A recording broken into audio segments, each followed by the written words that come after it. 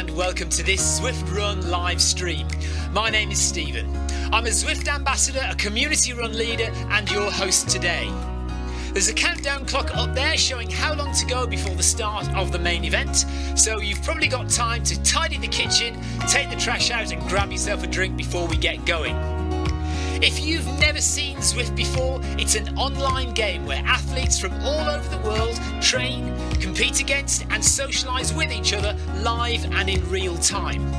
All you need to take part is a foot pod, an internet connection, access to a treadmill and a device on which to run the Zwift app. You can use a computer, an iPad, an iPhone, a high-end Android device. Zwift even works on Apple TV. If you have a smart treadmill, you don't even need a foot pod, as your treadmill will send your speed direct to Zwift. Once you've logged in and made sure your equipment is connected, you can join others live for structured group workouts or social runs. You could do a solo workout or take part in one of the many in-game challenges. You could also pit yourself against people from all over the world in a race. There are various Zwift worlds. Some are based on existing places like London, New York, Innsbruck, Richmond, Virginia and Harrogate in the UK. But the biggest world is the fictional Watopia, where you can run in glass tunnels underwater, through the middle of a volcano, in a jungle, up to the top of a snow-capped mountain and on country trails. Watopia is where the Zwift developers let their imagination fly. Like any computer game, the more you run, the higher up the levels you climb and the more virtual goodies you require. If you're a regular treadmill runner, Zwift is going to transform your training. If you're a hater, Zwift is going to change the way you think about indoor running. Before we go any further, if you're watching on YouTube, please click that subscribe button and the bell icon so you're notified every time we go live on this channel. If you're watching on Facebook, please click the like button on the Film My Run page. Film My Run is also my other YouTube channel where I post real world runs, so if you're interested in marathons, ultra running, 10Ks or triathlons, you'll find product reviews, interviews and races over on that channel. I've been running all my life. I started running long distance races in 2011 when I ran my first half marathon, and that was followed a year later by my first marathon in Paris. I've run the Paris Marathon every year since and have now run well over 100 marathons and ultras. I started using Zwift at the beginning of 2015 when indoor cycling and smart trainers really took off. In the early days, I held the long distance record for cycling of 500 kilometres on Zwift for about 48 hours. And when running started in 2016, I was the first person to run a marathon on Zwift. So if you have any questions about Zwift, if I don't know the answer, I probably know somebody who does. Okay, so now you can go and take the trash out and get that drink. And make sure you keep an eye on that countdown and be back in time for the start proper.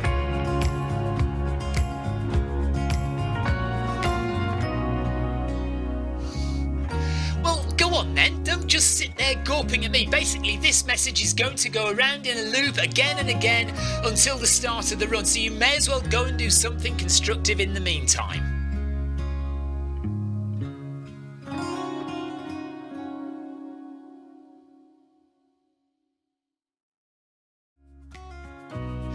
Hello and welcome to this Zwift Run live stream. My name is Stephen. I'm a Zwift ambassador, a community run leader and your host today.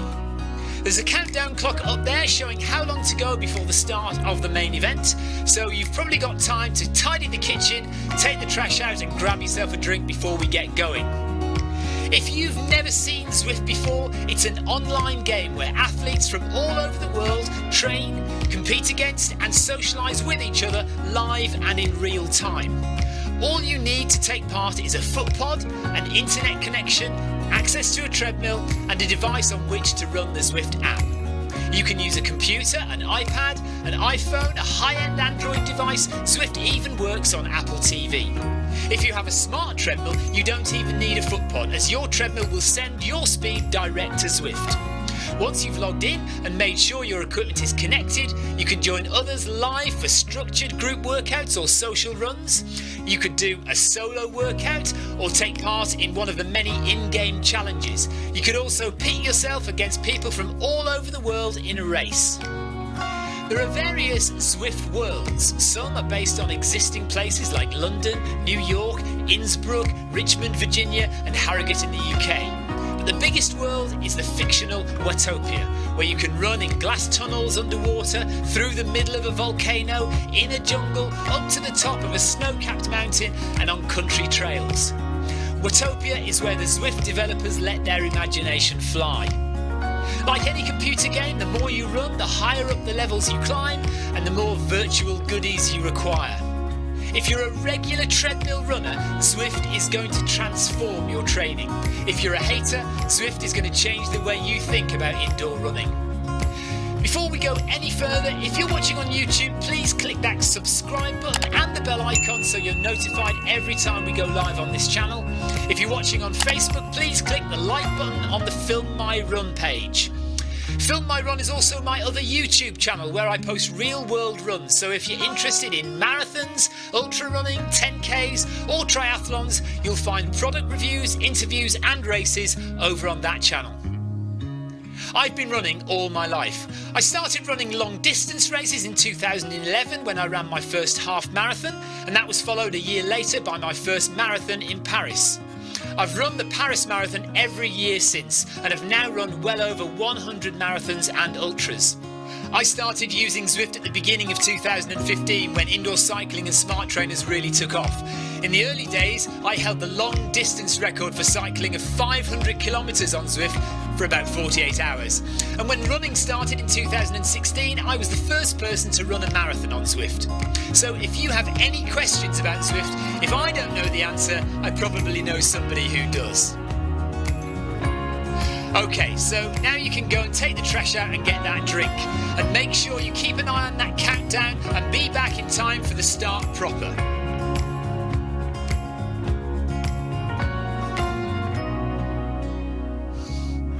Well, go on then, don't just sit there gawping at me. Basically, this message is going to go around in a loop again and again until the start of the run, so you may as well go and do something constructive in the meantime.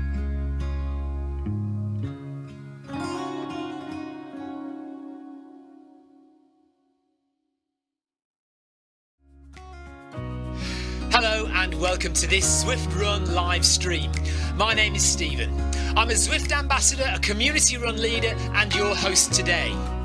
There's a countdown clock up there showing how long to go before the start of the main event, so you've probably got time to tidy the kitchen, take the trash out and grab yourself a drink before we get going. If you've never seen Zwift before, it's an online game where athletes from all over the world train, compete against and socialise with each other live and in real time. All you need to take part is a foot pod, an internet connection, access to a treadmill and a device on which to run the Zwift app. You can use a computer, an iPad, an iPhone, a high-end Android device. Zwift even works on Apple TV. If you have a smart treadmill, you don't even need a foot pod, as your treadmill will send your speed direct to Zwift. Once you've logged in and made sure your equipment is connected, you can join others live for structured group workouts or social runs. You could do a solo workout or take part in one of the many in-game challenges. You could also pit yourself against people from all over the world in a race. There are various Zwift worlds. Some are based on existing places like London, New York, Innsbruck, Richmond, Virginia and Harrogate in the UK. But the biggest world is the fictional Watopia, where you can run in glass tunnels underwater, through the middle of a volcano, in a jungle, up to the top of a snow-capped mountain and on country trails. Watopia is where the Zwift developers let their imagination fly. Like any computer game, the more you run, the higher up the levels you climb and the more virtual goodies you require. If you're a regular treadmill runner, Zwift is going to transform your training. If you're a hater, Zwift is going to change the way you think about indoor running. Before we go any further, if you're watching on YouTube, please click that subscribe button and the bell icon so you're notified every time we go live on this channel. If you're watching on Facebook, please click the like button on the Film My Run page. Film My Run is also my other YouTube channel where I post real world runs, so if you're interested in marathons, ultra running, 10Ks or triathlons, you'll find product reviews, interviews and races over on that channel. I've been running all my life. I started running long distance races in 2011 when I ran my first half marathon, and that was followed a year later by my first marathon in Paris. I've run the Paris Marathon every year since, and have now run well over 100 marathons and ultras. I started using Zwift at the beginning of 2015 when indoor cycling and smart trainers really took off. In the early days, I held the long distance record for cycling of 500 kilometres on Zwift for about 48 hours. And when running started in 2016, I was the first person to run a marathon on Zwift. So if you have any questions about Zwift, if I don't know the answer, I probably know somebody who does. Okay, so now you can go and take the trash out and get that drink. And make sure you keep an eye on that countdown and be back in time for the start proper.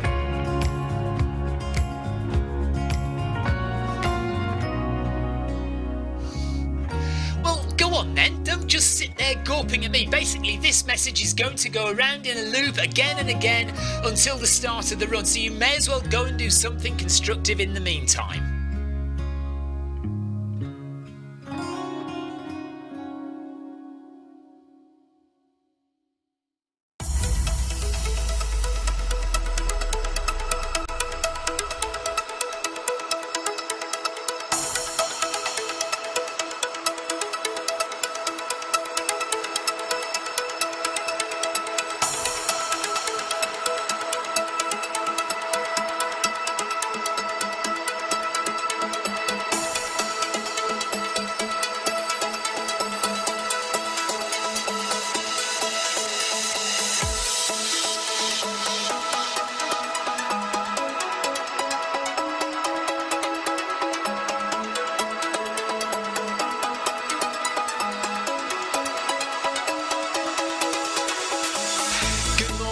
Good afternoon, good evening, wherever you are in the world.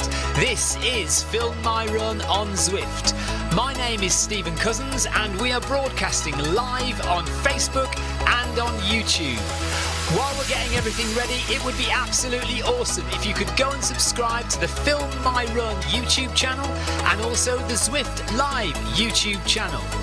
You can also find us on Facebook at facebook.com/filmmyrun and also Twitter at filmmyrun, and the website is www.filmmyrun.com.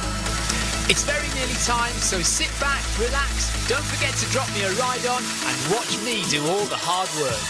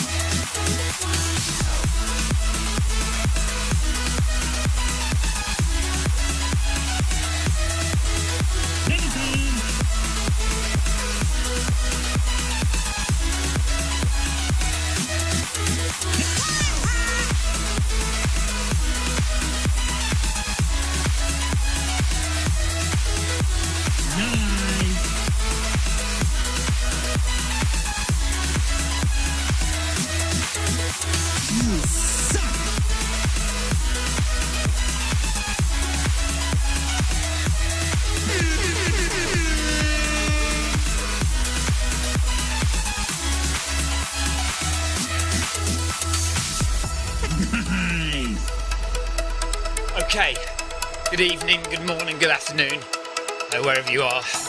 It is 9:15 in the morning on a Tuesday morning here on the south coast of the UK, and we are running 10 kilometres this morning. Well, we're actually running 14 kilometres all told, but we're doing a 10 kilometre test this morning. It's going to be dead on 10 kilometres in exactly 1 hour, according to my treadmill and Stryd and Zwift.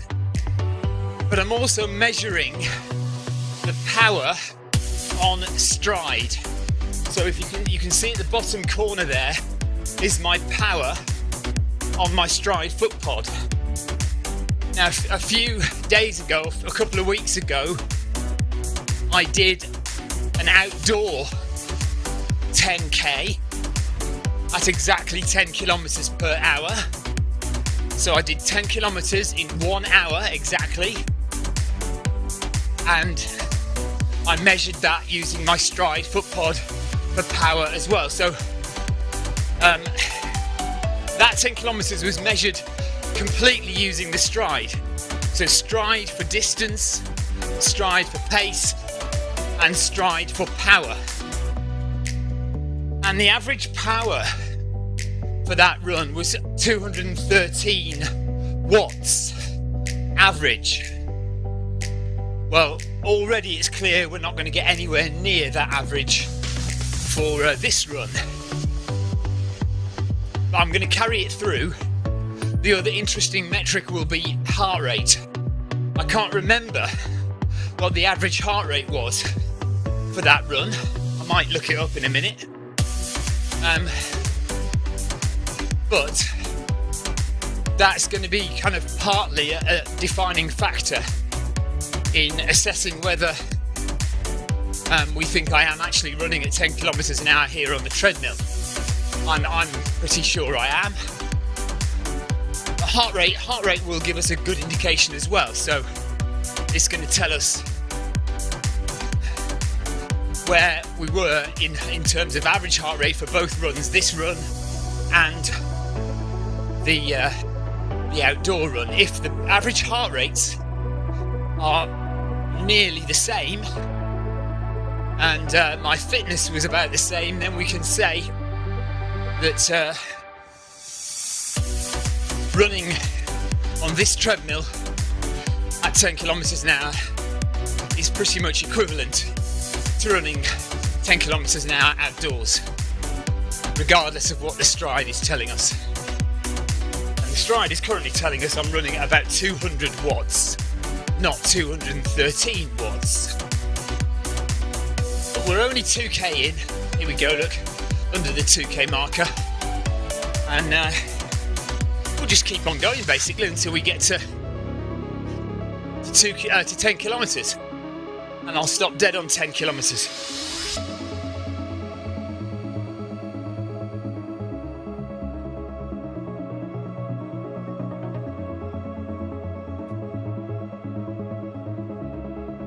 And once I've finished the 10 kilometers, then we're going to do our 4 kilometers uphill. So I'm going to climb 500 meters in 4 kilometers at 12% elevation. And that should be happening at around 10 past 10.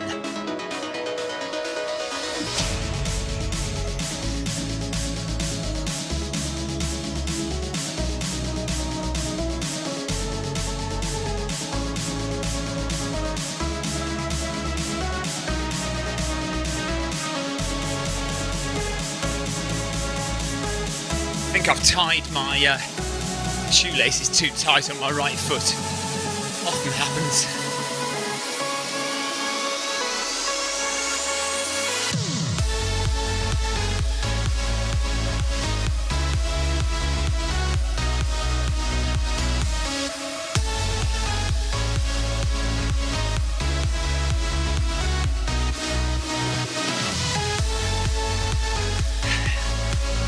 If you are watching, you want to say hello, please do. I haven't got anything on my chat at the moment, and I'm fairly sure I'm connected, but if you don't feel like it, that's fine. Probably do me good to just do 10 quiet kilometers.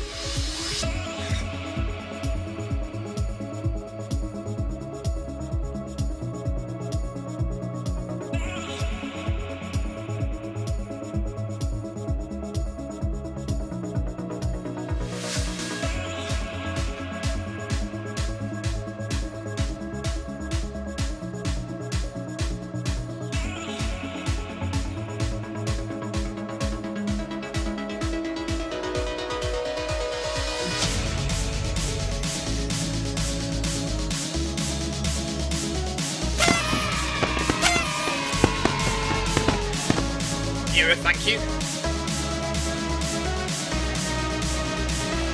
And another one dropping as well.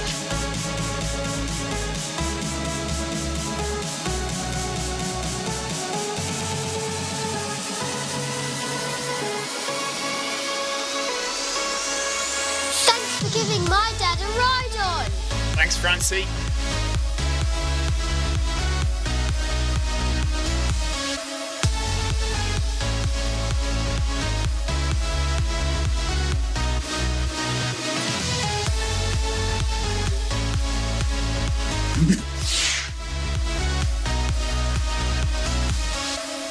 Dead Chinese on Twitch. Yes, on my own.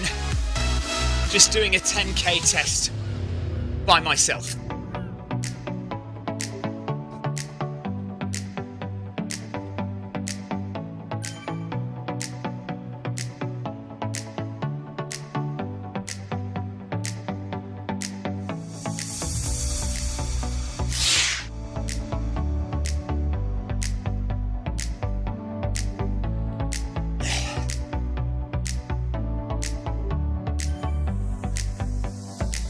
So there is a foot pod called the Stryd foot pod.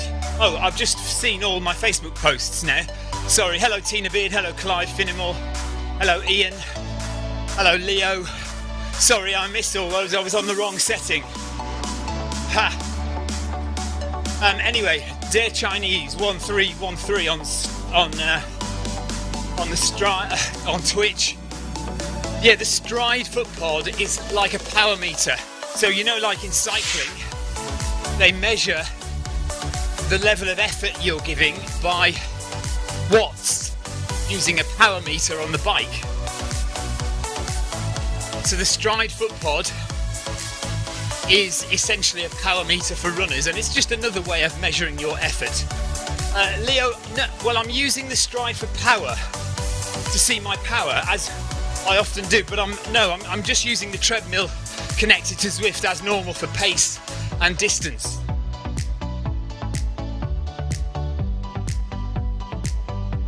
But I just want to test what the power output is compared to outside. So outside, for this same distance that I'm doing, so 10 kilometers in 1 hour, nice and slow, nice and easy.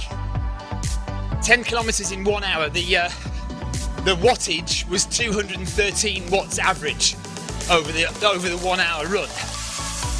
So I'm testing it now on the treadmill. Same foot pod, same speed, 10 kilometers an hour. So 10 kilometers in 1 hour. But already I can see that the power output is not as high.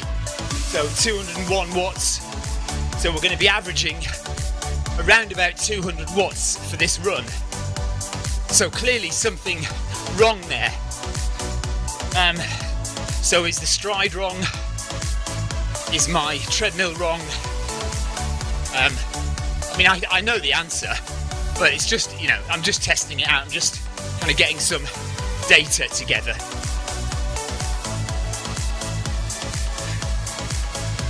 No, Leo, the run sensor doesn't display power, doesn't show power.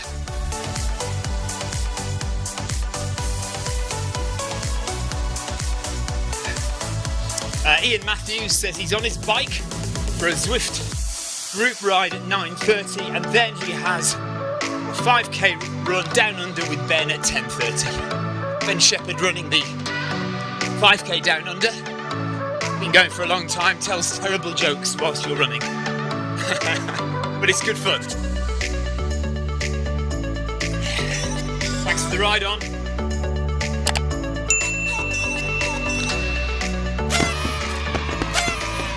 And McMaster, Steph McMaster, thank you. So 19 minutes done, 41 to go, and we've done just over 3 kilometres. You can see 10 kilometres an hour on my treadmill. I'm at 0% elevation. And after we've done this, I'll do my 4 kilometres uphill, 500 metre climb.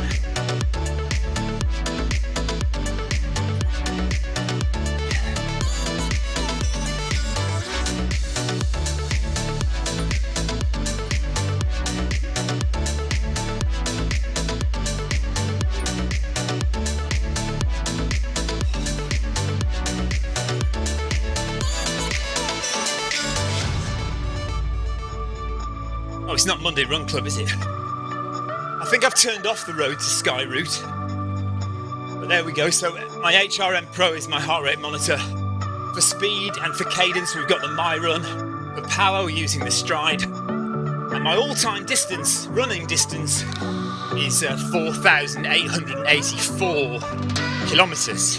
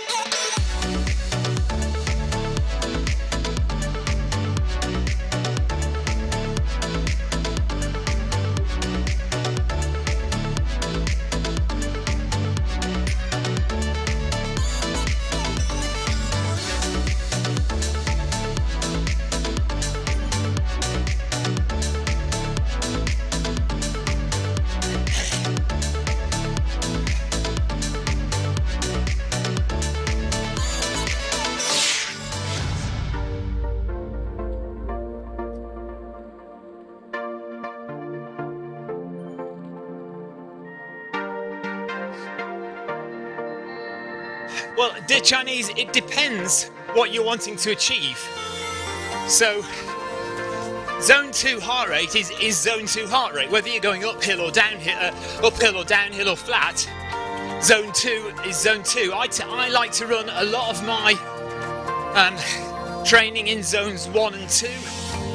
So I kind of do this 80-20 regime where 80% of my running is in zones 1 and 2. And then the other 20% I try and get into zone 4 and occasionally zone 5 if I can. I find it quite hard to get to zone 5 running on the treadmill, but there we are. But yeah, that's indoors and outdoors. So 80% running at zones 1 and 2. This is heart rate we're talking about here. And then the other 20% in around about zone 4 and maybe zone 5. Now, so we're trying to avoid zone 3 really, where you don't get as much bang for your buck in terms of quality training. Uphill efforts, so I'm going to do an uphill in a minute, and that will also be in zone 2, probably creeping into zone 3 by the end. And yeah, I mean, it depends what you want to do. If you want to do a hard anaerobic session, you can push really hard up the hills and do it that way.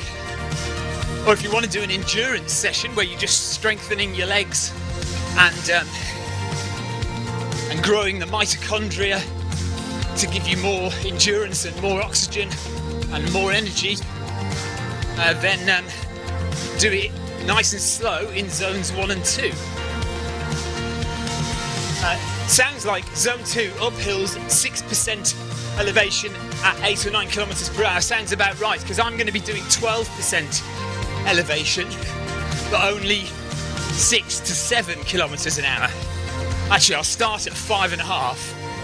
So I start at 5.5 and then I gradually increase the pace, finishing on 7 kilometers an hour. So that sounds about equivalent.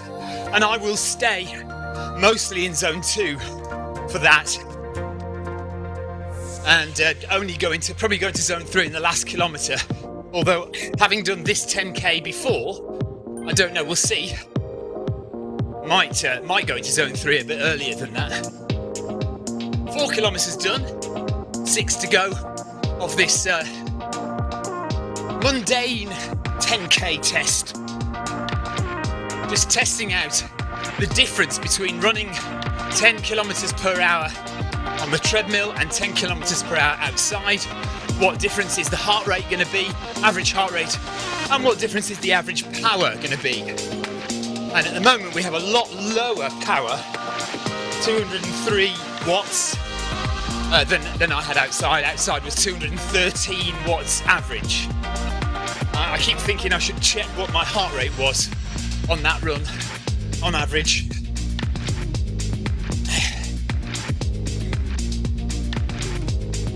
Just involves me typing on the keyboard while running, so it's a bit of a pain in the backside, because I can't remember. Andrew Cutmore says, when is your South Downs Way run? The South Downs Way 100 is on the 7th of November, so 3 weeks. So I've got 1 more week of tough training, heavy mileage, and then 2 weeks of slow, easy recovery. So reducing the mileage, keeping the intensity. So we'll do 2 or 3 fast 5Ks in that time. But in general, we are in taper mode after this week. So 1 more week of hard work. And then November the 7th, we run 100 miles. And it'll be my 11th 100 miler. 11th or 12th? 11th, I think.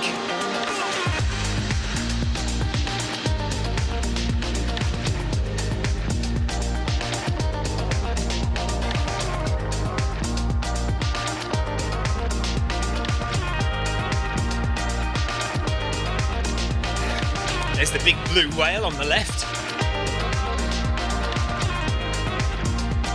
Oh, he's disappeared. Blimey. That was weird. He was there 1 minute and then he disappeared.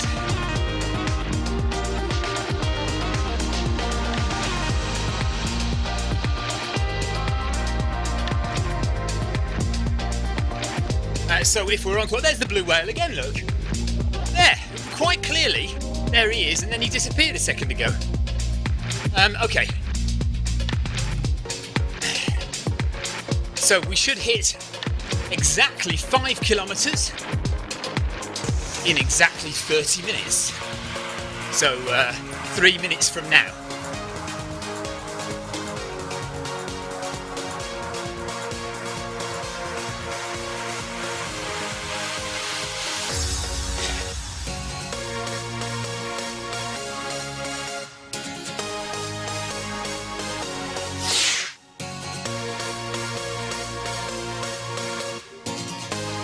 Yeah, Leo says he's definitely felt the benefits of running in zone 5 on the treadmill for 10 kilometres. When he goes outside, he just feels slightly off balance, but he says it's definitely improved my outdoor running. You just got to put the effort in, and he's quite right. You do have to put the effort in. Leo does a little bit more fast running than I do, and really puts himself into zone 5 quite a lot. Much more than I'd be prepared to do, that's for sure. I don't know how many miles a week Leo does. I just don't want to get to a stage where I'm just too tired to run. I think if I increased how many hard efforts I do, I think I'd probably be too tired to put in the miles that I do.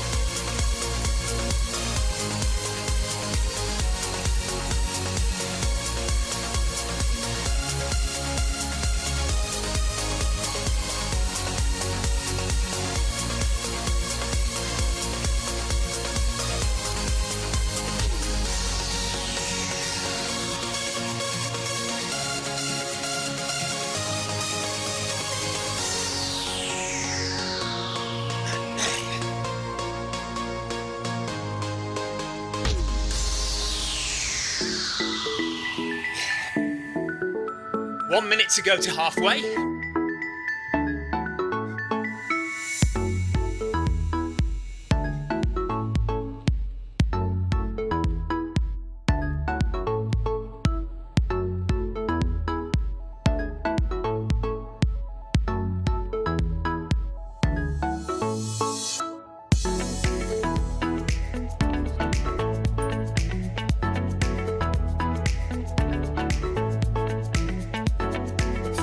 Calories burned so far this morning.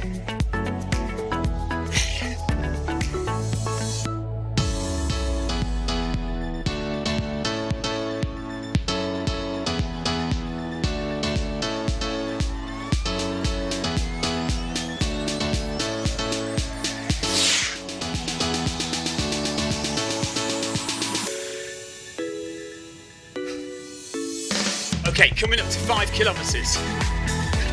There we are, half an hour gone, half an hour to go.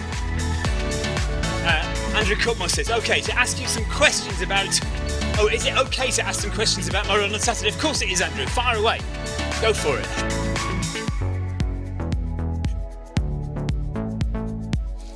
It's so easy to get set up with Zwift running. Here's what you need. Firstly, access to a treadmill. It could be at home or at the gym, but any treadmill will work with Zwift. To get you moving in game, we need a speed source. Traditionally, we use a foot pod like the Zwift pod or the Stryd, but you can also use the Run Smart treadmill sensor, your Apple Watch, one of the newer Garmin watches, the TSS app, and if you have a smart treadmill, your treadmill will connect directly to Zwift without the need for another device. Now simply download the Zwift app onto a Mac, a PC, an iPhone, an iPad, an Android device. Zwift even works on Apple TV. Finally, pair your speed source in the app. Pairing heart rate from your watch or a chest strap is also a great addition to Zwift. And that's it. You're all set up for solo runs, solo or group workouts, challenges and real-time racing on Zwift with people from all over the world.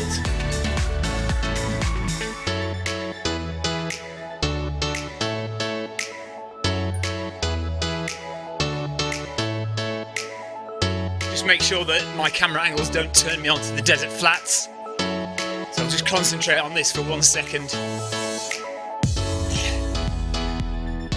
If you don't know, I use a little program which automatically presses buttons to change the camera angles on Zwift, so you can see me running from different angles on the computer game. However, those button presses also have a habit of changing my direction when I don't want it to. So sometimes I've already gone the wrong way once, so I'm no longer on the road I was expecting to be on. Okay, Leo says, in terms of the mileage he does per week, it varies, he says, depending on what I want to train for.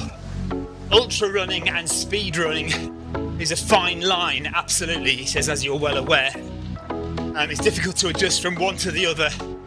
But average weekly, I do around 50 to 60 miles a week. If I train for an ultra, it's 100 miles a week. He says I'm a true endurance athlete. I don't know about that. But yeah, I have been putting in increased miles over the past 8 to 10 weeks. So I've been doing 60 miles a week for quite some time. And then I've just upped it in the last 4 weeks to about 80 miles a week. And I think this week is going to be about 80 to 90 miles.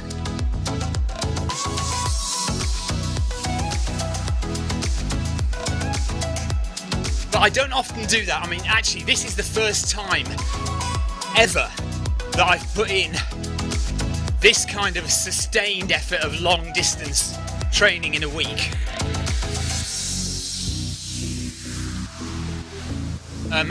I quite often do 100k a week, but I very, very rarely do more than that. And this past 4 or 5 weeks has been different for me. I've definitely put in more miles than I usually do. Right, Andrew Cutmore. So this is in reference to his ultra that he did on Saturday. Felt really comfortable at 42 kilometres. The last aid station. And then the last 8k took 1 hour 15 minutes. The legs felt like lead. How do you train for that? Okay. Consistency, mileage, fueling. Simple as that. So you have to regularly run long distance every week, like I'm doing. It doesn't have to be you don't have to be doing 42k in one go, but over the course of a week, if you're doing a 50k, and also mentally, it's also in your head. So if you're doing a 50k I'd be trying to do at least 40 to 50 miles a week in training. Split that over short, fast, hard efforts and long runs. And you can either do one long run on a Sunday, or you can do, two shorter long runs. Last week, I think I did three runs of around 25, 28 and 30k, something like that, 28k. So I did 3 long runs last week. So it's a volume of training. Then it's consistency, keeping that volume of training going for 6 weeks or so, leading up to your race. It's also getting your nutrition right, so that you don't feel sick. You say that your legs felt like lead. That's just training and mental attitude. So once you've done it once, you know you can do it again. Once you've got over that marathon distance, you know you can do it again. And you know the pain is coming, you know it's going to be there, and you just have to mentally prepare for it and say, I can get through this, I can do it. It's all in my head. So yeah, so that's it really. Volume, consistency, nutrition, mental attitude. And Monica says, hi, I'm actually running on a treadmill at the same time as you for once. Oh right, we're probably in completely different parts of the course though. Andrew says, I was well on course for a sub 5 hour finish, but that last 8k was horrific.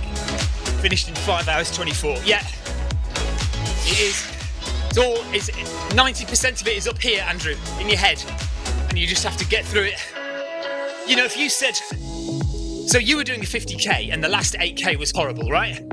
If you're doing 100k, so you'll crash and you'll burn at around 60 kilometers, 70 kilometers in. You'll be fine. You'll say, oh, I was fine. I was on course for 12 hours. I was fine up until 70 or 80k, and then it all crashed and burned. It's, that's just the measure of it, really. Also, pacing. So,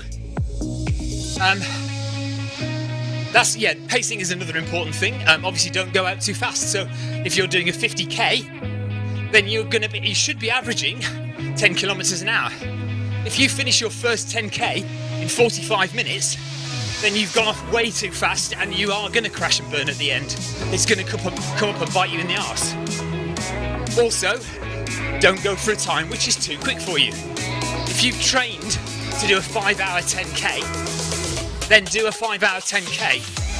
Don't try and do a 4.5 hour 10k, because you're not trained for it, you're not ready for it, you'll crash and burn.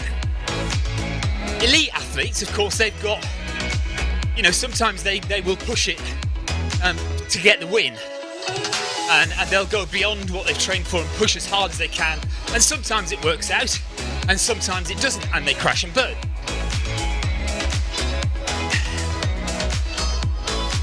Leo says Mo Farah was running last night on Zwift. Yeah, he's back on again now. He had a little bit of time off, I think, from the treadmill, but I think he is back on Zwift. Danny on YouTube, Danny Jury says, how long did it take you to achieve comfortably running at 10 kilometers per hour? I don't know actually. I think 10 kilometers an hour has always been relatively comfortable. It's all relative, isn't it? So some people, for some people, running 10 kilometers in under an hour is like a massive goal. For other people, their massive goal would be trying to get under 45 minutes for a 10k. So I've always been able to run 10k relatively comfortably. I struggle, it's really hard for me to do a 40-minute 10k. So I can just get under 40 minutes for 10k, and that's a struggle, So yeah, and it's just consistency, just consistent training. The more you train, the better you become at reducing your heart rate so it feels more comfortable at certain speeds.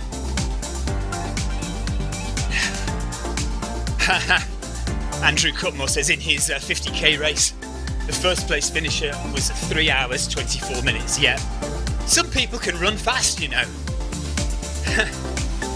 Yeah.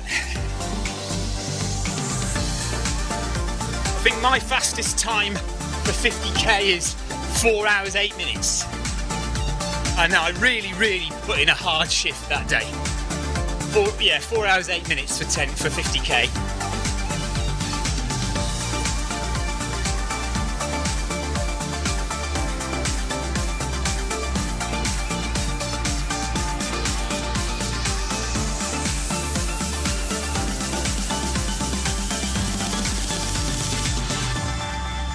So if you're just joining us, I'm just doing a 10k test. The test is to measure against a 10k run I did outside. And outside, I did a 1 hour run at 10 kilometers an hour. And obviously, I covered 10 kilometers. And I had my chest heart rate strap on and measured my average heart rate throughout the whole run. And I had my Stryd foot pod on. And I measured my average power, my average watts throughout the whole run. So now I'm doing exactly the same on the treadmill. I'm measuring my average heart rate and I'm measuring my average watts from the Stryd foot pod whilst doing 10 kilometers per hour for 1 hour. And we'll see what we get. Already, I can see that my watts are way lower. So wattage outside was 213 watts, average for the hour, and from what I can see here, that we're not really getting much above 200 watts. So the average is going to be around about 200 watts for the hour, so 13 watts lower. Heart rate I don't know because I can't remember what my average heart rate was outdoors for the outdoor run. But indoors, we're comfortably in zone 2. So it looks like we might get an average of around about 120, something like that, for indoors. So if that matches outdoors, then again we have a question about what we should believe when running with the Stryd. Because if your perceived effort, it might be the Stryd, you see, it might still be correct in that it's measuring your foot as it hits the treadmill belt. And we know that the treadmill belt marginally slows down every time your foot hits it, which means your technical running speed is slightly slower. And that's what the Stryd is measuring. But in terms of perceived effort, then you're running 10 kilometers an hour if the heart rates are the same.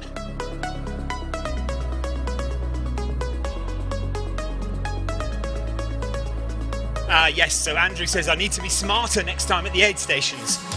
Wasted too much time with them. Yeah, classic mistake. Enjoying the food too much. Spending too long picking. Yeah, just get what you need and get on your way. I mean, actually, to be fair, I'm classic at that too. I'm known to spend far too long faffing about at the aid stations when I should just get on with it. So you and me together, Andrew. And I've been doing ultras for 7 years now. And marathons for 8 years. So I'm fairly experienced, and even I still do that. So I should know better. Thing is, when you're absolutely shattered and you arrive at an aid station, you just want to sit down and collapse for a bit, don't you? Thanks for giving my dad a ride on. Thanks for the ride on Britain Radio. And another one. And another one. Ride on. Hills, thank you very much.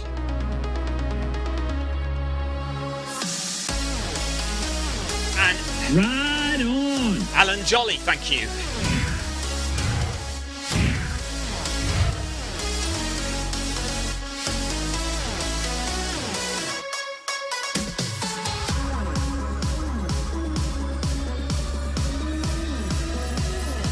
So at the end of this 10k, I will log off. I'll keep the stream going, but I'm going to log off and save the run. I might nip to the loo, and then I'll come out again and I'll do my 4 kilometers uphill, 500 meters of climbing.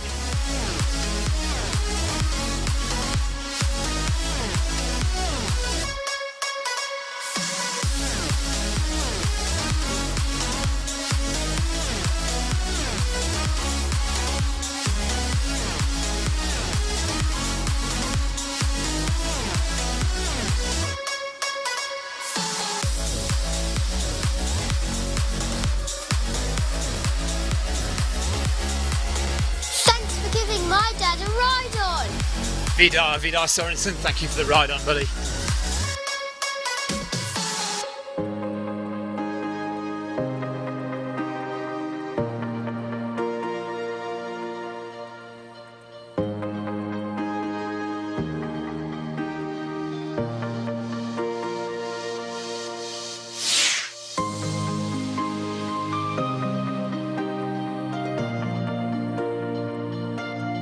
What can't you wait to see, Monica? Are you still running? Right, 13 minutes to go of this little 10k test.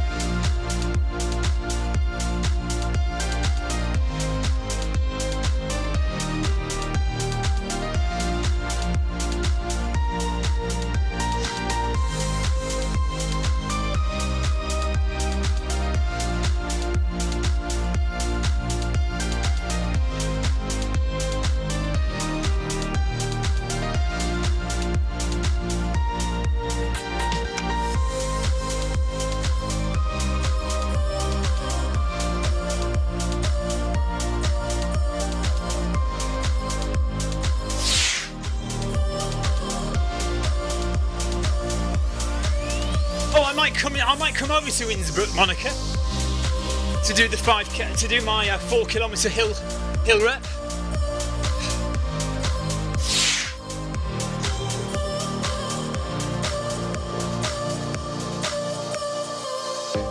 Vidar, I'm just doing 10k in 1 hour to match a run I did outdoors, 10k in 1 hour. I'm going to see what the average heart rate is indoors and outdoors. I'm going to see what the average power is from the Stryd indoors and outdoors. So just comparing the two runs, really. So indoors, 10k in 1 hour on the treadmill. Outdoors, 10k in 1 hour. So I've got 2k to go, 11 and a half minutes.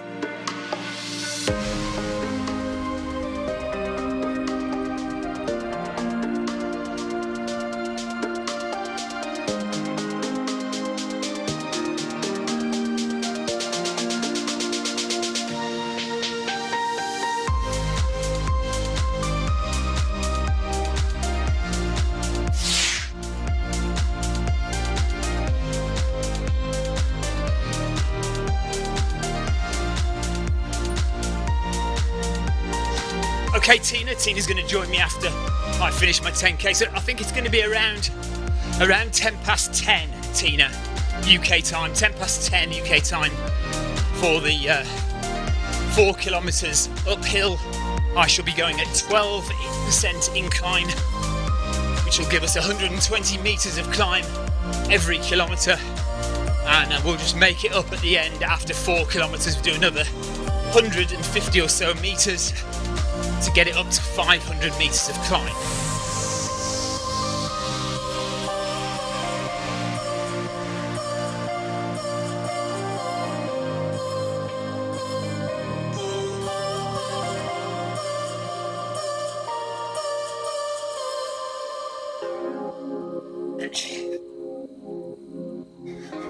Right, 10 minutes to go.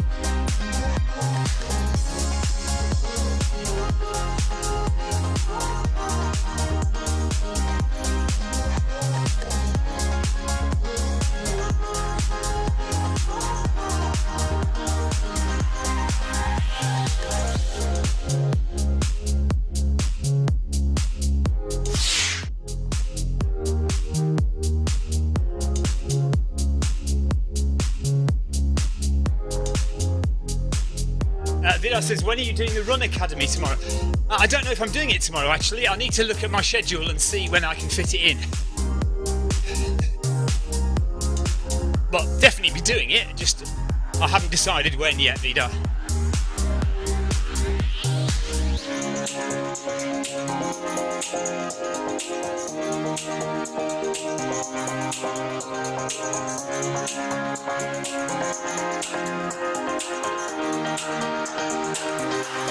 Looks like average power is going to be even less than 200 watts. So average power outdoors for this run, 213 watts. Average power indoors, going to be about 198, 197, maybe even.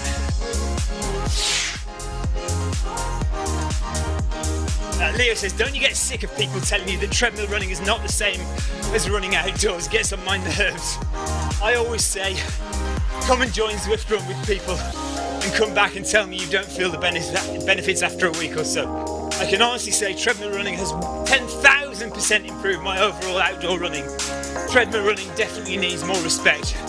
Yes, I agree with that totally. Treadmill running is still seen as a bad thing by a lot of runners, isn't it? And it shouldn't be. And lots of top elite runners train on treadmills regularly. Mo Farah for one. So yeah, it can't be sniffed at. I mean, I think you know, people find it more difficult and more boring on the treadmill, but like you say, come and run on Zwift and it'll change your whole theory on treadmill running.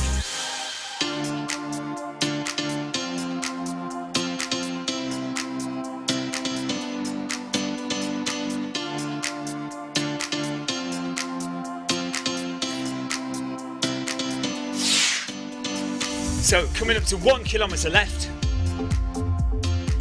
Yeah, look what it's done for my 5k time, absolutely. Ha.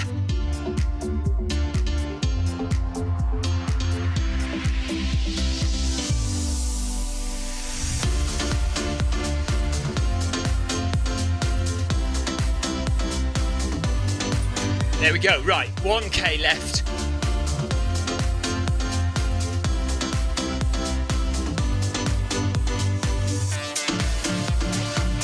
Vidar says, are the academy runs like Monday Run Club and Wednesday workout? They won't be as intense and they won't be as far.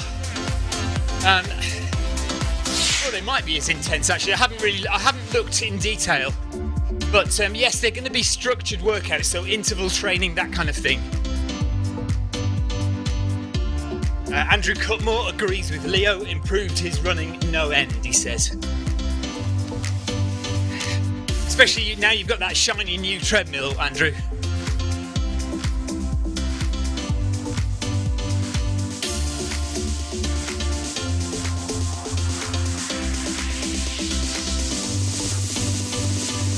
Right, heart rate nice and comfortable. 124 BPM at the moment. So we're going to get an average of around about 121, 122 for the whole run, I think. So it'll be interesting to see what the outdoor runs average was, because I seem to remember it being fairly warm weather. So it'll be funny if my average heart rate is a lot lower here than it is outside, because that'll then say, well, okay, does that mean the Stryd is more correct in the lower wattage that it's producing?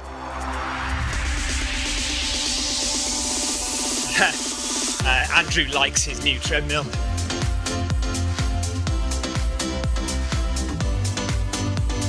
Leo, I've got a meeting with HQ tomorrow, so we'll talk about stock. I'll ask them about stock in the shop. Yeah, I must write that down and remember to ask them.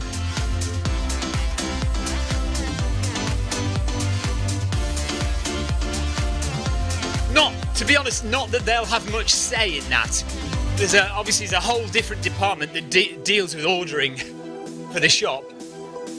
I mean, all I can do is pass it on to them, and then they obviously would have to talk to the other departments and ask what's going on. And it may be completely out of their hands.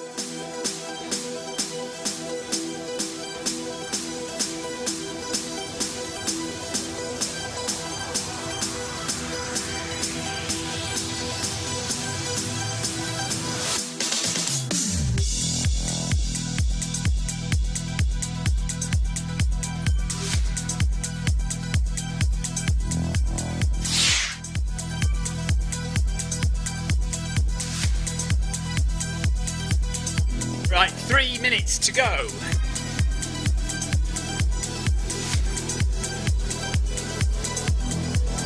Oh, Tina Beard is still trying to persuade her husband to get one.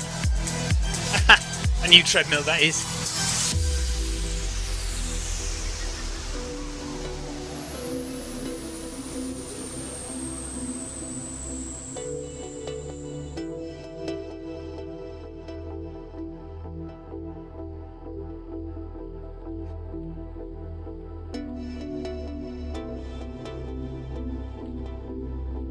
Right, as soon as this run is finished, to stop any extra time being added, I'm going to stop it immediately, save it, log out, and then I'll log back into Innsbruck.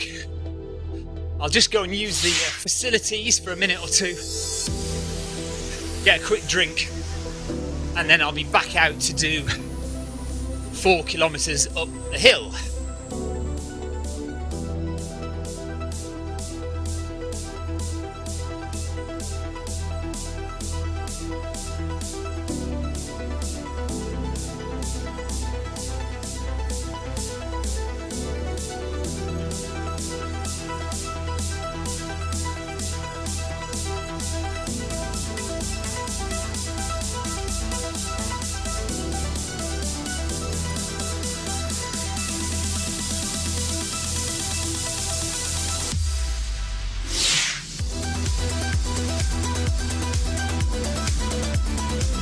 Leo says it'd be good to have a ghost run alongside you from your previous run to see how you keep up and improve. Yes, that's been mentioned a lot of times. It is something that a lot of people have suggested. So whether it appears or not in a future update, I don't know. We are in a bit of limbo at the moment after the $450 million investment as they decide where they're going to head. And they need to employ some new developers, and they need to get on board with starting to update the game and bring new features in. But I think we're going to be stuck where we are for the next 6 months, to be honest with you, while they think about all that stuff. I think that the money, the 450 million, has really kind of changed the attitudes of the company as to where they're headed, because they've got, I mean, they had big plans already, but they've now got massive future plans. Right, here we go. We're gonna hit 10k exactly, stop the treadmill exactly on 10k. There we go, 10k done exactly. I hope. That was just 10k, wasn't it? Yeah. Okay. Guaranteed Strava's going to round that down to 9 point something kilometers, isn't it? Okay, let's save this. Let's see what the averages were. Average heart rate 120. And haven't got power there for some reason. Don't know why. Normally on the left there, instead of, it says power average instead of run pace distribution, but not to worry. Hopefully we do have power recorded. That would be a pain in the backside if power wasn't recorded. I did set it up. Okay, so let's just end that run and save it.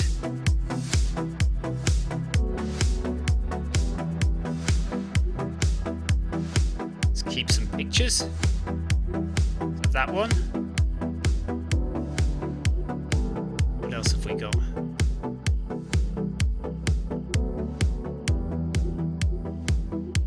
They're all a bit boring, aren't they, really? Oh, let's just choose. Let's have that one as well. Okay, Monica, yeah.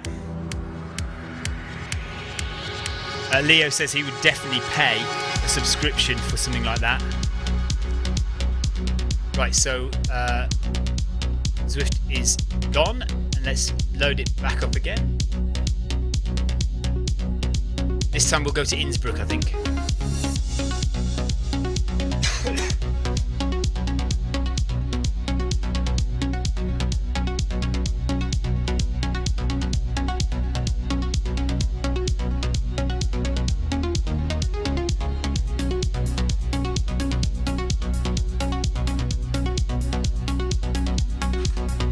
Right, let's have a look. See if I can find the old,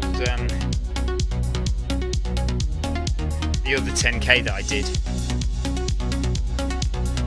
So Strava has 10 kilometers in 1 hour exactly at a pace of 6 minutes per kilometer. So that's good. And Training Peaks has the same.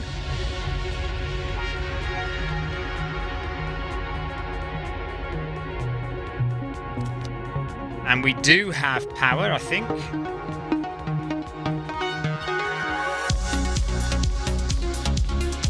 Let's have a look. Average power. We'll find that in a minute.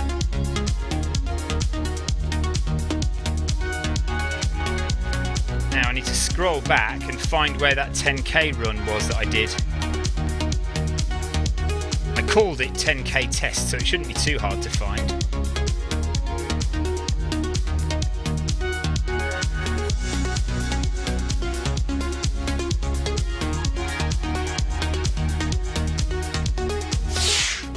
Still scrolling back. Leo says, do you ever use salt tablets on your long runs? No. People use salt tablets for stomach problems and for cramp. Well, my attitude is cramp is more about training. The more you train, the better you train, the less likely you are to get cramp. If you've trained correctly for the distance that you're doing, then you won't get cramp. In terms of stomach issues for me personally is about sugar. If I have too much sugar, then I feel sick. And salt doesn't make it's nothing to do with salt, as far as I'm concerned. But that's not to say that it doesn't affect other people. So I can't speak for other people really. Just for me, salt, I don't take it. Right, I'm still trying to find this 10k run that I did, just to try and compare the two.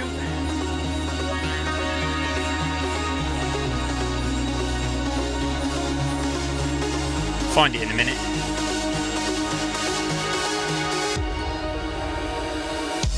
Oh, here we are. Seafront 10k test. Let's see what my average heart rate was. Okay. So average heart rate today was 120 BPM. Average heart rate for my outdoor run was 122 BPM. Really not very much different at all. But average power 213 for today's for the outdoor run, and today's run let me find where it is. Hang on a minute, Garmin Connect will tell me.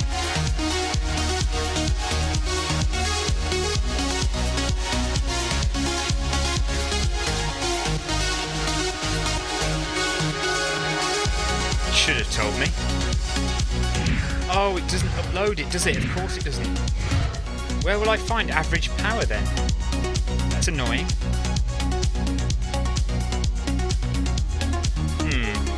Average power for today's run. Training Peaks.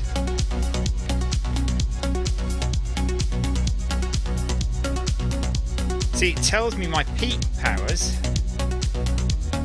Average power. It was all in zone 1. Graph. Oh, we'll look at it later. Leo says, in terms of salt, it comes down to sodium levels in the blood. I was just wondering, so many ultra runners who use them, and he says he never has, just like me. No, I mean, who are we to say what other people benefit from and don't benefit from? But I mean, I have tried them before, but I don't think they made any difference to me. Right, okay. What are we doing? We're going to go to Innsbruck. What route should we do in Innsbruck? Let's do Achterbahn. Okay. Right, I just need to go and use the facilities for 1 minute, and then we will do 4 kilometres uphill in Innsbruck. Bear with me then, 2 seconds.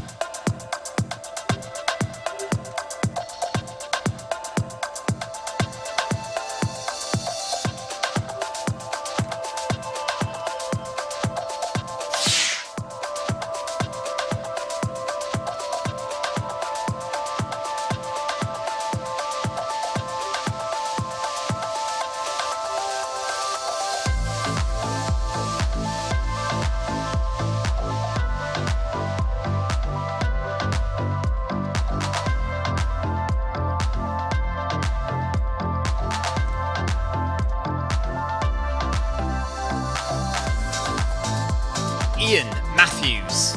Let me tell you. 2 seconds, and I'll tell you.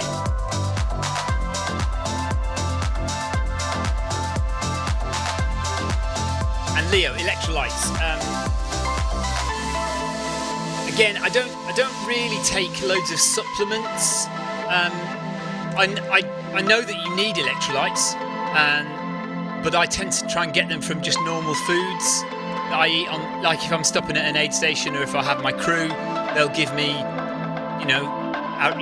normal food to eat, and that just supplies me with the electrolytes that I need.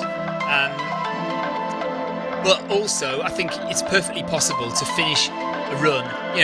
Depends how long it is. Not 100 miles, but if you're doing a marathon or a 50k, you can get away with not having anything really, and just as long as you eat well and drink well beforehand, and then eat well and drink well afterwards. Mild dehydration or losing calories during the run is a given. You're going to lose calories, but your performance isn't going to suffer that much, if at all, to be honest with you. Again, it also depends how hot it is. If it's really hot, then you sweat a lot, then fair enough, you do probably need to hydrate a lot more. But I'm probably not the person to listen to, because I kind of go against a lot of the advice that a lot of the kind of normal, people who talk about this stuff say. Drink 500 mils every hour. I mean, that's total rubbish. Drink when you're thirsty. Right, do excuse me while I just do this. We'll get going in a minute, Tina.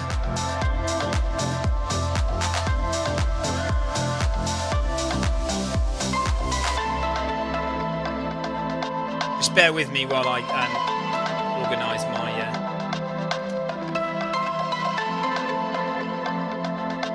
No, not that. I want meters. There we are, there's meters.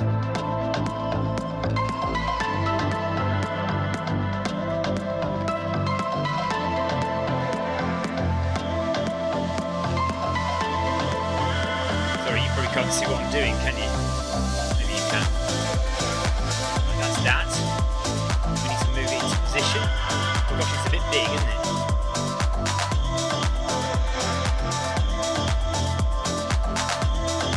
Maybe it's not. Hang on now. Go there, just about, I think. Maybe it doesn't need to be normal size. Ah, there we are. There we are. I can see it better now. Right, there's our distance climb. This is our climbed level, 0 meters so far. Right, Tina, are you ready? I'm gonna. Oh, where's she gone? Oh no, there she is. Right, I'm starting to go very slowly now. 4 kilometers we're going to do at.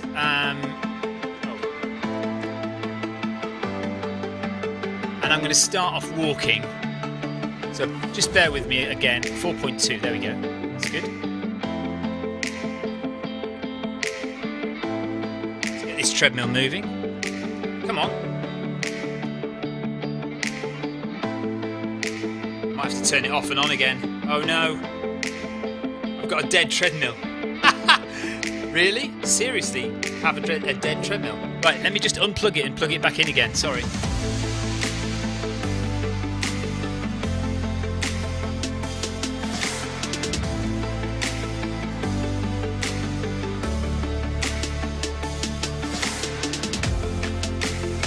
Just realised why it was dead. In order to stop the treadmill dead on 10 kilometres, I pulled the safety cord out and I hadn't plugged it back in again.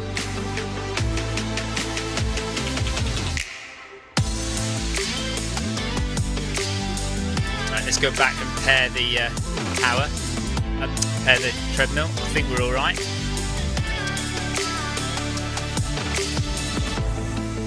Right, let's see. Yeah, we're going. Okay, 5 kilometres now for the first 200 metres or so. Now, where am I going? Where am I headed? I seem to have turned around. Why have I turned around? Don't turn around, you idiot.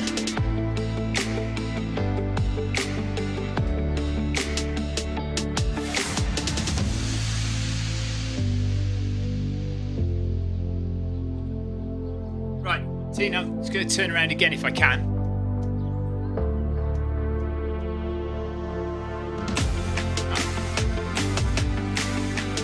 Now I don't seem to be able to turn around. Typical. There we are. I've turned around, Tina. I'm back on.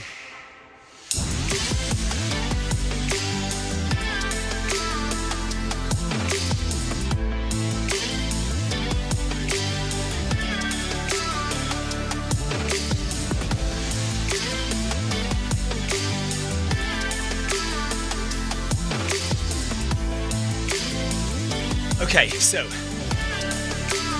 Ian, sorry. Right, how do you find the off-road trails, please? Right, the off-road trail is called Repack Ridge. There's only one off-road trail at the moment, and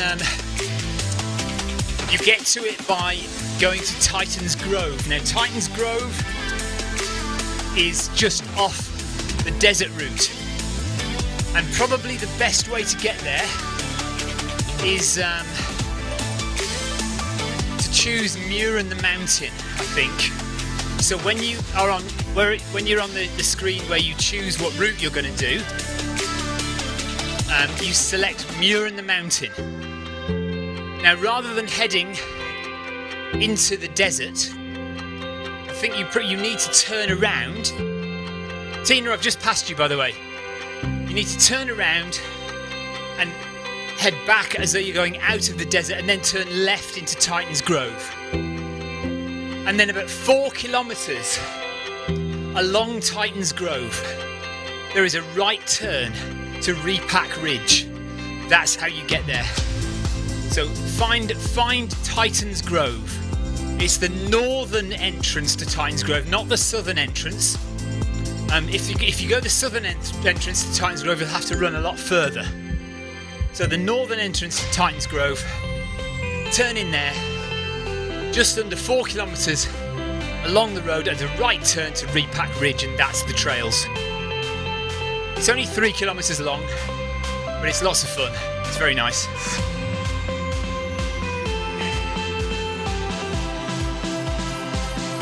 Okay. So we need to I'm going to do another 200 metres or so of walking, just to get my legs used to this hill. I've got Tina Beard with me, just behind. Tina, I'm going to start running in about 200 metres. I'm going to start at 5.5 kilometres per hour. And we've already climbed 33 metres, look.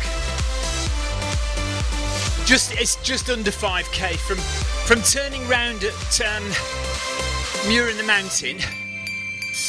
I'd say only just over 4k, just over 4k from where you log in, and turn around about 4 and a bit kilometres, I think. I can't remember to be sure. You won't miss it though. Just keep running along Titans Grove, and at approximately 4 kilometres you'll see the right turn, and it'll say, I think it does say Repack Ridge now.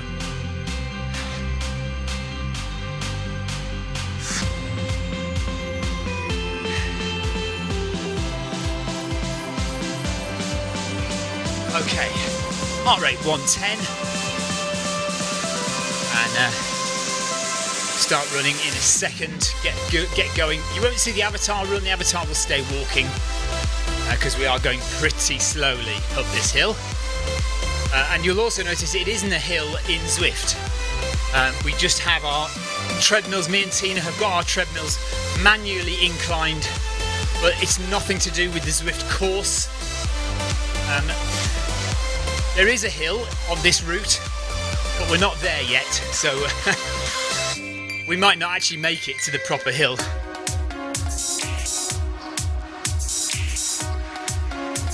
Ian, I probably, now that you've said that, I will organise a route. I will organise a run on that route. We can all go and do it. Okay, let's just go up to 5.5 kph and start a little gentle jog now. So I'm now going at just under 11 kilometres, 11 minutes per kilometre, 5.5 kilometres per hour.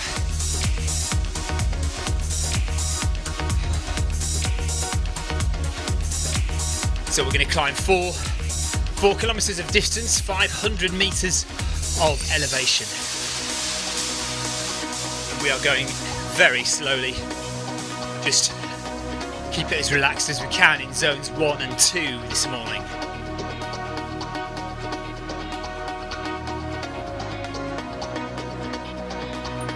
And we're running in the beautiful town of Innsbruck in Austria.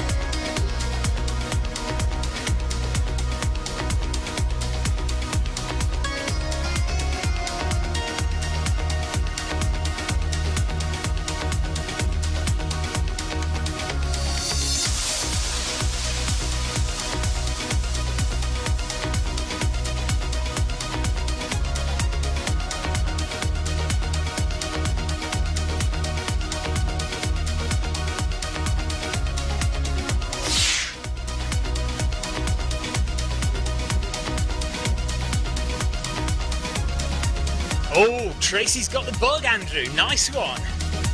Oh, you're in there then. It's always good when your partner, wife, husband, other half, whatever, when they suddenly decide that running is for them as well. It gets you out of a lot of hassle. Because they then start to understand what you're going through. So it looks like Tina and me are having a nice stroll around Innsbruck, whereas in fact, in reality, we are running up a 12%.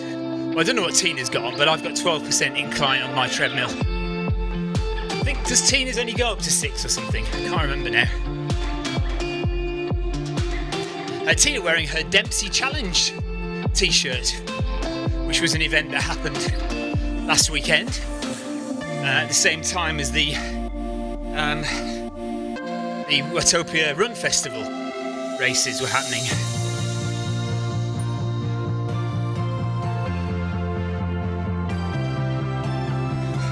Right, Tina Beard is at 4% elevation. I'm at 12% elevation, so Tina's going to have slightly less incline on her finish run, but it doesn't mean that she's going any less hard. We all have our own limits, we all have our own goals. Of course, actually it might be that Tina Beard is perfectly capable of doing 12% and she's just having an easy time with it. She might just be eating a bacon sandwich and strolling up the hill, while I'm here sweating my arse off. Monica says she's cheating, she's running down the comm. What is that? You're actually running up the comm, but you're running down it?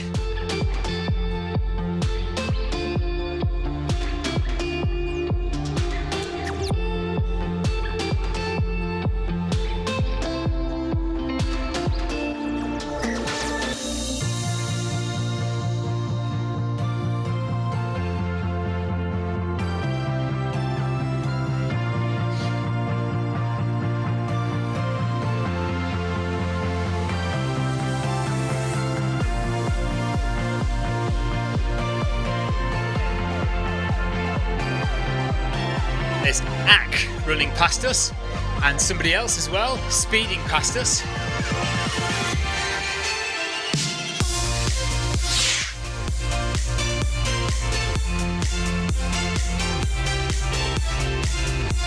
Tina's going to try and get to the gym treadmill on Thursday for more incline. Nice one, okay. 111 metres climbed so far. Coming up to the end of the first kilometre, so we'll bump it up to 6 kph in about 100 metres time.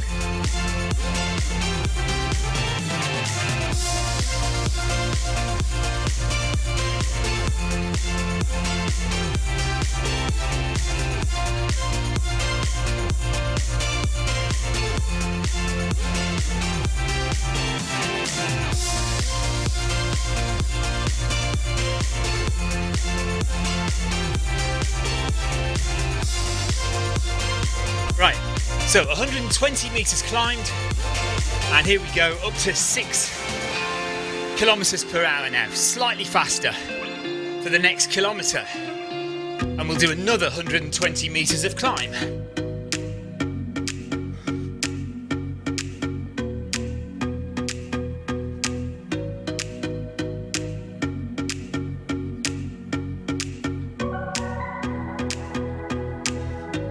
Somebody else going past us, Celine from Germany.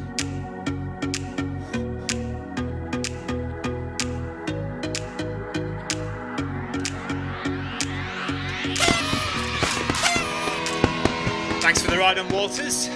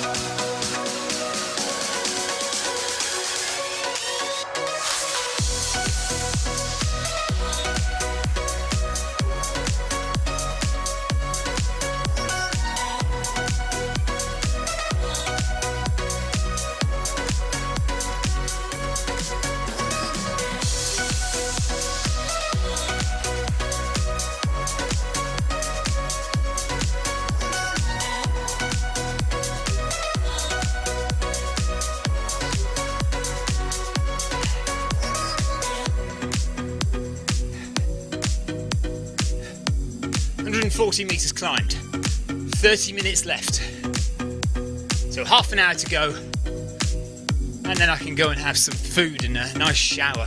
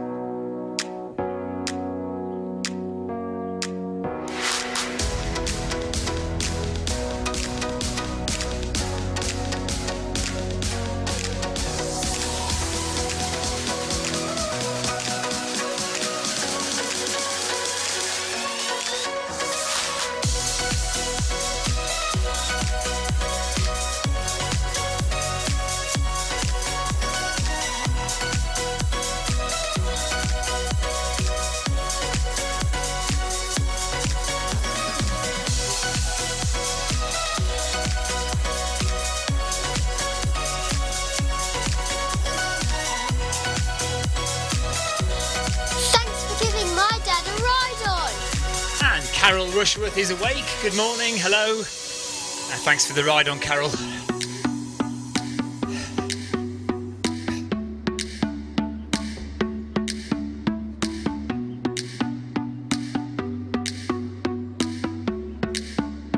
So, running on the balls of your feet, not quite on tiptoes, but on the balls of your feet, front foot running, making the calf muscles do the work. So building up strong calf muscles. If you have got a race coming up that involves climbing, has any hills in it at all, this will benefit you massively. But also on the flat, push off on the flat. You need strong hamstrings, you need strong quads, but you also need strong calf muscles.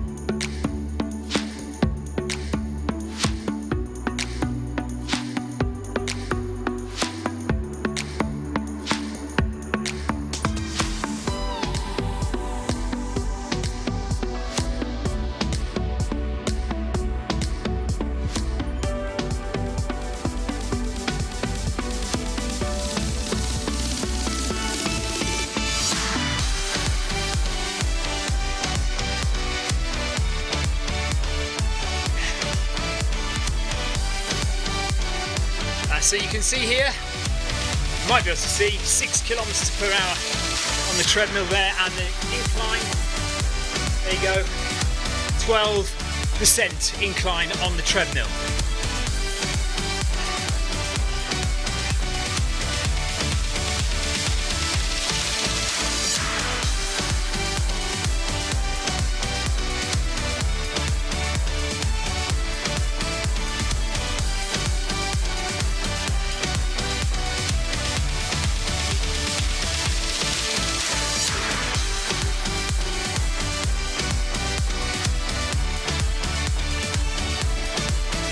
Right on. Thanks, Kevin, Eagle Eye, Pack Team.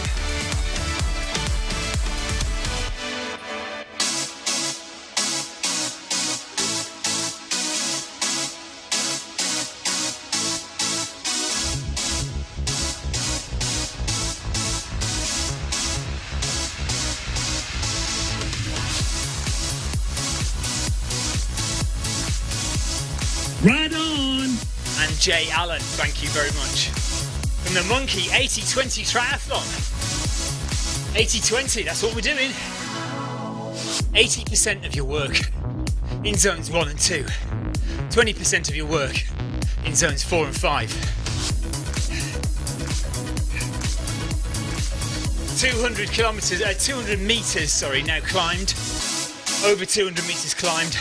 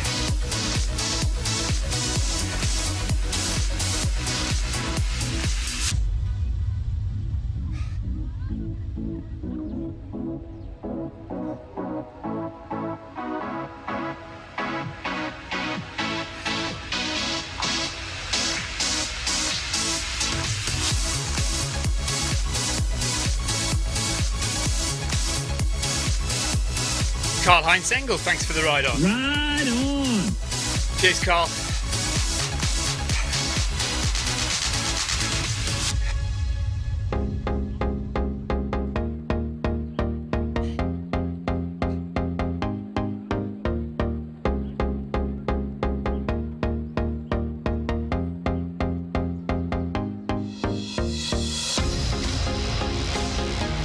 Okay, getting close now to bumping it up a little bit more, so we're going to go up to 6.5 kilometers per hour once we reach 2k in.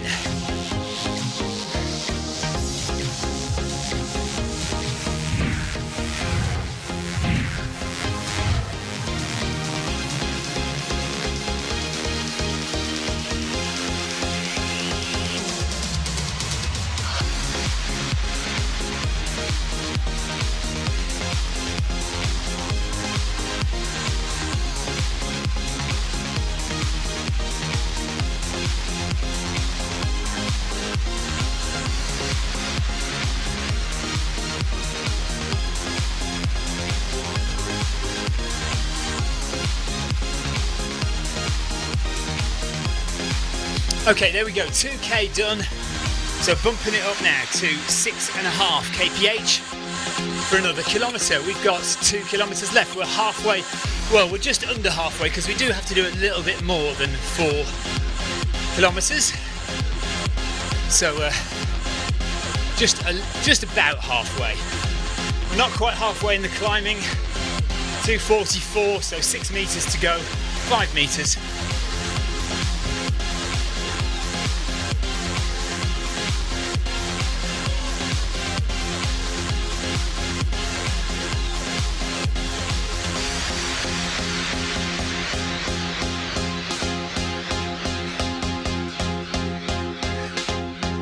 And there's halfway in the climbing now.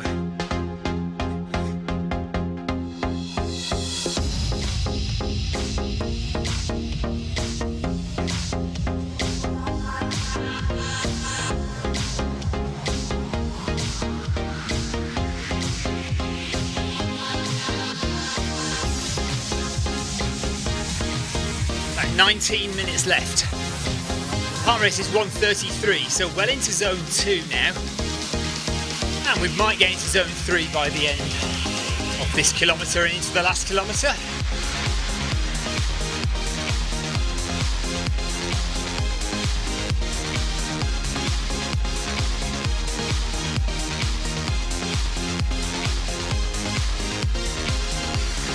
Definitely starting to breathe a bit heavier now.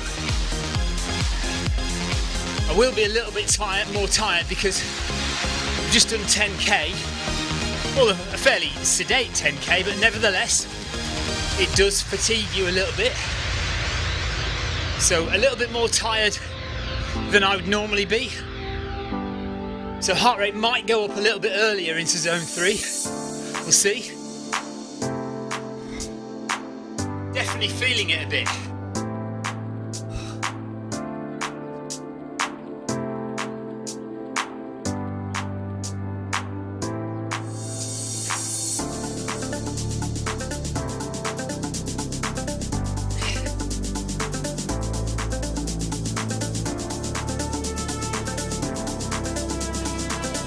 I'm headed left on the turn to Innsbruck, Tina. Oh, sorry, not left, right. Good grief. Right to Innsbruck.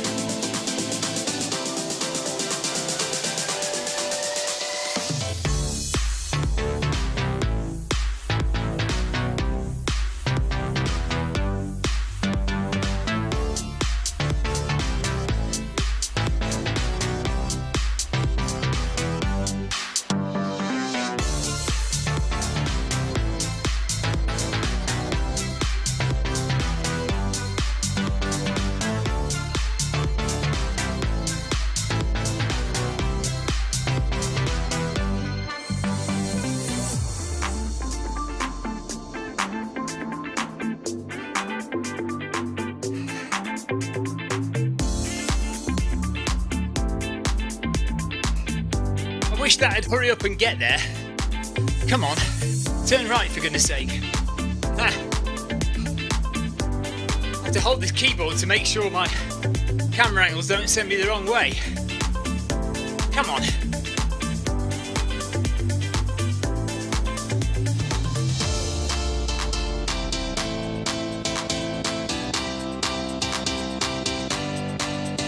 There we go. So definitely going right now.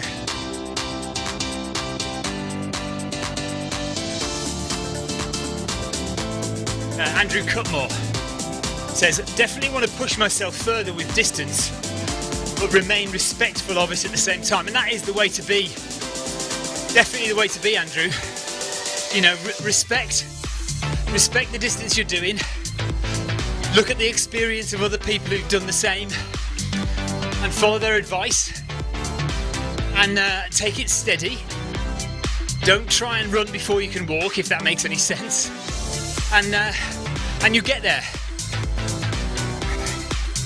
I had done 4 years of marathons before I did my first ultra.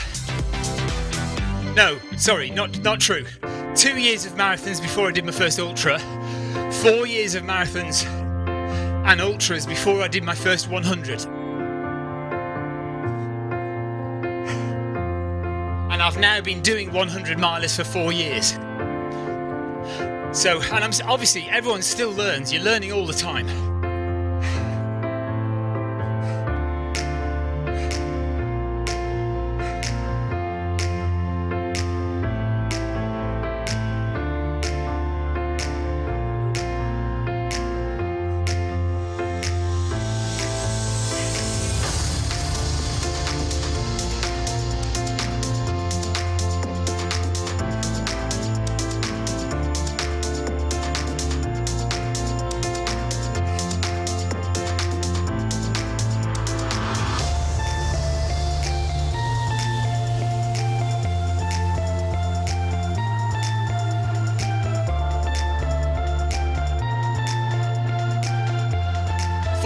Minutes left.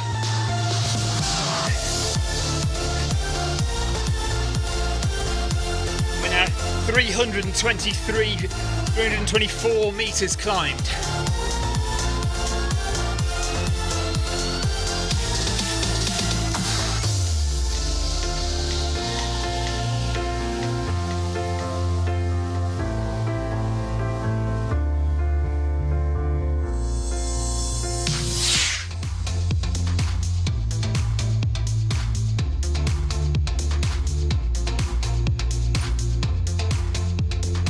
Andrew, I'll bet you do it one day. I'll bet you run 100 miles one day.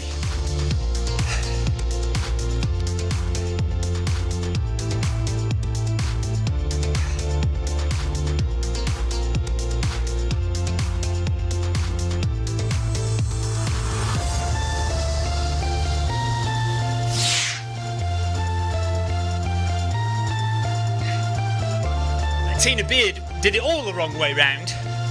She said she did her first ultra before her first marathon. See, but Tina is a true loony. So don't listen to a word she says, Andrew. Do it the proper way. Some people just like to go for it big time, and Tina is one of those. Good on you, Tina. 341 metres climbed now. 2.8 kilometres done. Just over 12 minutes left of running. Heart rate 138, still in the, oh look, we've just touched yellow zone, 139 BPM now.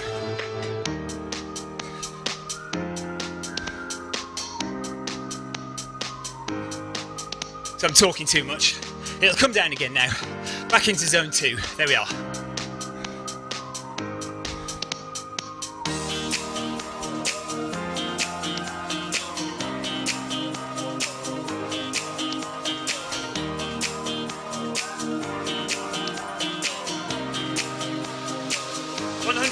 Meters left to climb.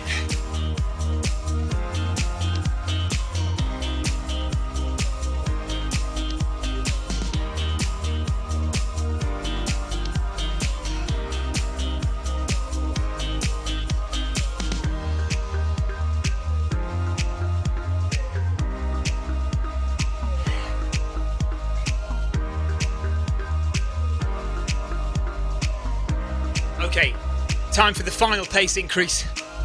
3 kilometres done, 1 kilometre and a bit to go, and we're going to increase the pace to 7 kilometres per hour now. 7 kilometres per hour for the final kilometre and a bit. Here we go.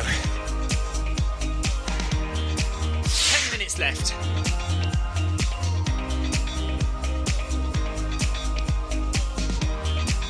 Yeah, it's just the girls trying to prove they're better than us, Andrew. Just ignore them. They'll go away sooner or later. But Tracy did her first marathon and ultra all in one. And Monica says she thinks she's right in front of us.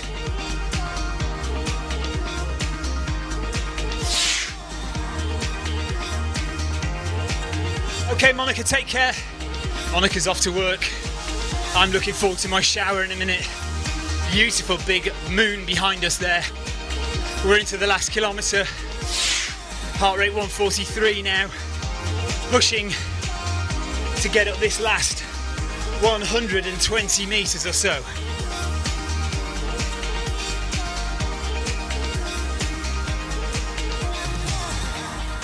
Tina says after her first ultra she did a marathon a month later. Nice one. It must have been easy having done the ultra.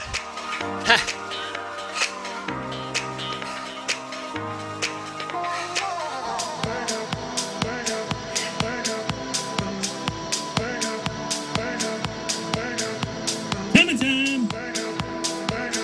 I'm not sure about hammer time, but we're going the fastest we're going to go now on this climb.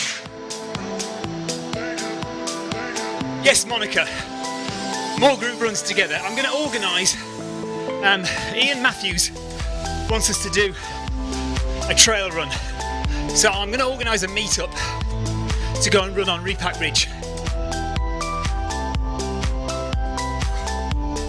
I know John Hancock organised it once as well, not long ago.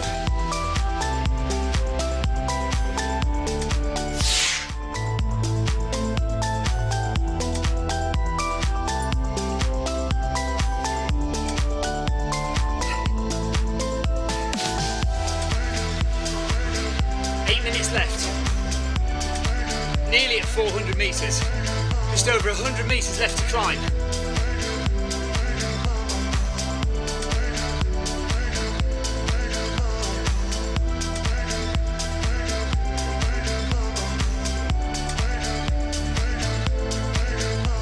Still on the balls of the toes, making the calf muscles do the climbing work.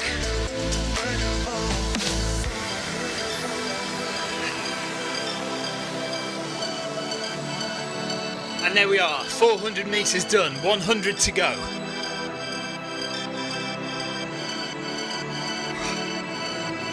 And we're definitely in zone 3 now, as expected in the last kilometre, into zone 3, 144 BPM.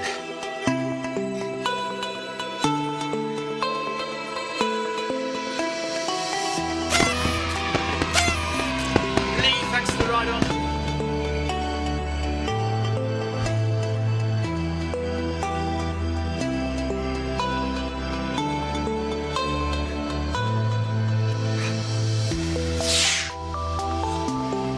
Feel like I'm working now. No problem, Andrew, take care. A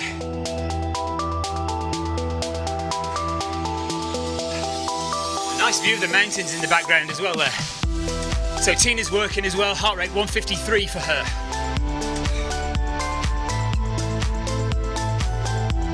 Keep it going, Tina.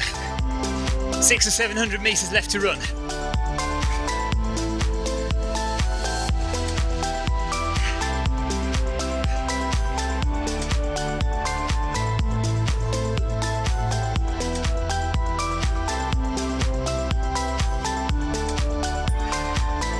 There's 3.5k now. 500 metres left to get to 400. To get to 4 kilometres. And then just a little bit more after that.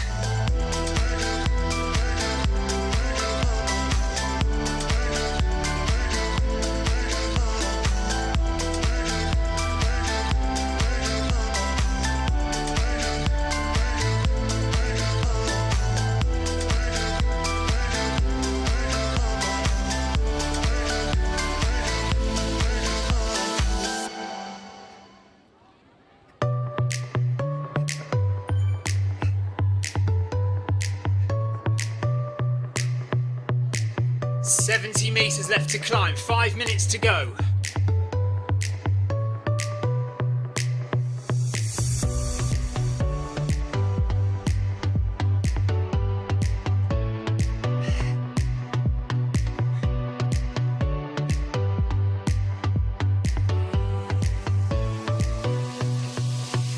And the course profile is actually a -5% at the moment.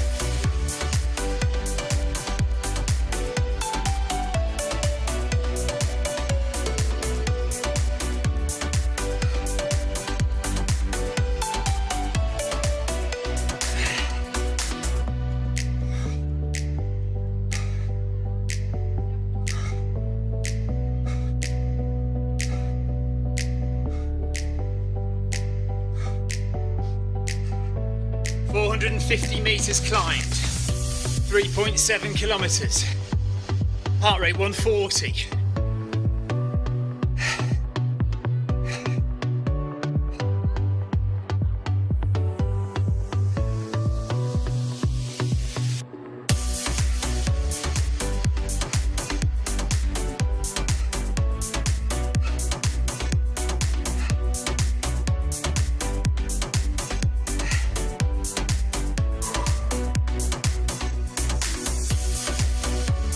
There's, on the treadmill you can see 7 kph and we're still at 12% incline.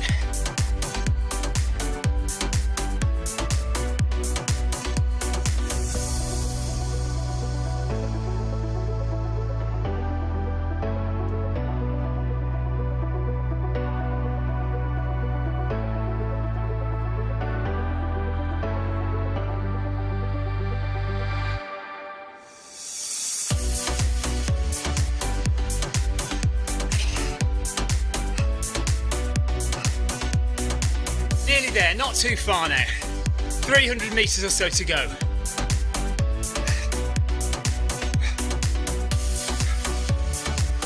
"470 meters climbed.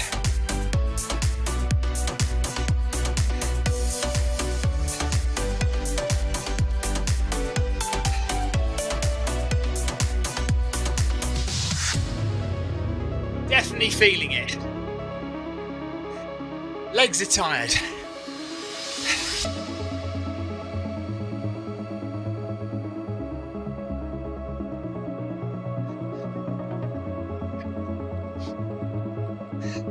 So we're about to hit 4 kilometers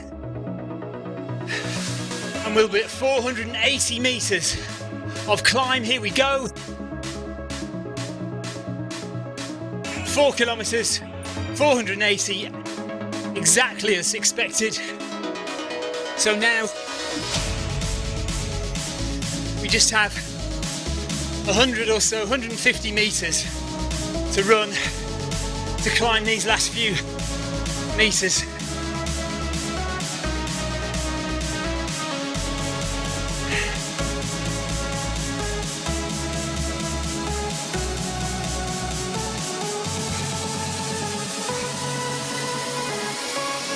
So I'm just going to run for 1 more minute now.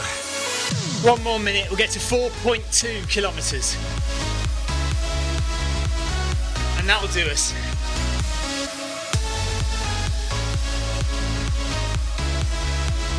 Just so I get the ticker tape for distance completed.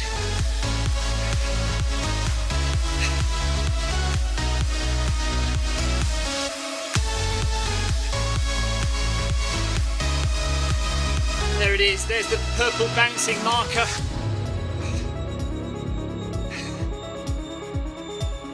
"30 seconds and we are done.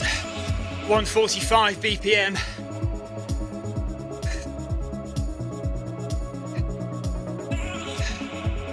"500 meters climbed." So we're done with the elevation. Just do the last few meters to get to 4.2, get my ticker tape, and we are done. Thanks, Tina. Thank you very much.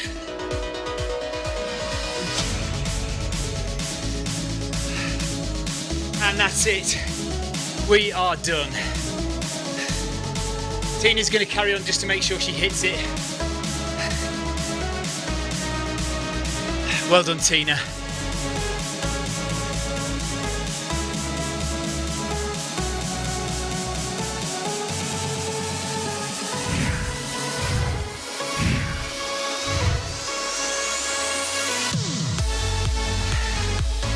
Right.